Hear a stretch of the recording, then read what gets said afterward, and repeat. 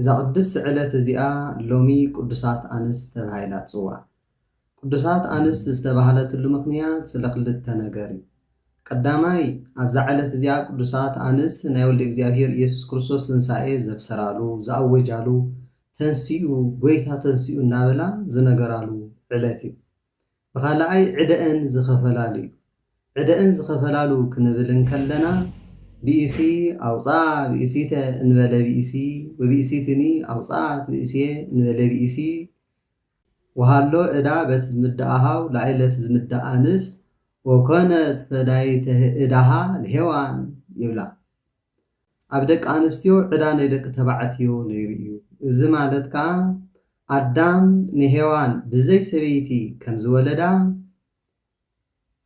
ቅድስት ድንግል ማርያም ንክርስቶስ ብዘይ ሰብኣይ ብዘይ ዘርኢ ሰብኣይ ወለደቶ እቲ ዕዳ ኣብ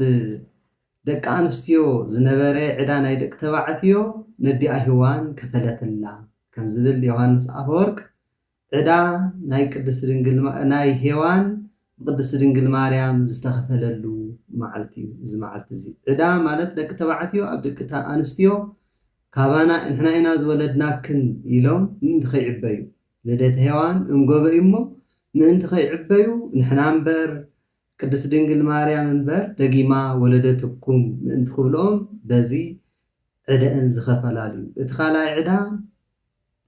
ሔዋን ካብታ ዕፀ በለስ ንብላዕ ኢላ ንኣዳም ስለ ዘብላዓቶ ምክንያት ስሕተት ስለ ዝኾነ ምእንታኺ ካብ ገነት ወፃኹ ምእንቲ ከይብል ብእንቲ ሔዋን ተኣፅወ ተገነት ወእንተ ማርያም ተርህበለነ ዳግመ ከፈለነ ንብላ ምፀ ህይወት ምእንቲ ሔዋን ኣፍ ደገ ገነት ተዓፅወ ምእንቲ ቅድስት ድንግል ማርያም ከዓ ኣፍ ደገ ገነት ተኸፍተ ዳግመ ከፈለነ ንብላ ምፀ ህይወት ደጊሙ ካብታ ዕፀ ህይወት ክንበልዕ ፈቐደና ዘውእቱ ስጋሁ ለክርስቶስ ወደሙ ክቡር ንሱ ከዓ ናይ ክርስቶስ ቅዱስ ስግኡን ቅዱስ ደሙን እዩ ከም ዝበለ